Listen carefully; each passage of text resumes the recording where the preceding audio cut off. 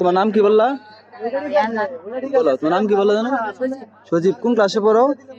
Class 8। আচ্ছা, তুমি bike চালা কতদিন যাবত? 1.5 বছর। বয়স কত আপনি?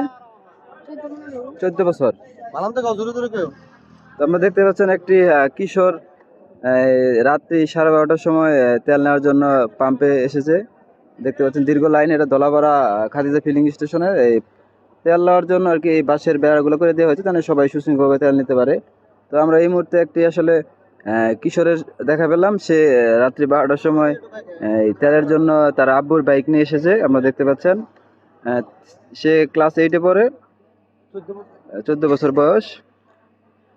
তো তুমি কি জানো যে এই সরকার এই ড্রাইভিং লাইসেন্স ছাড়া তেল দিবে না, এরকম একটা নিয়ম করতেছে জানো?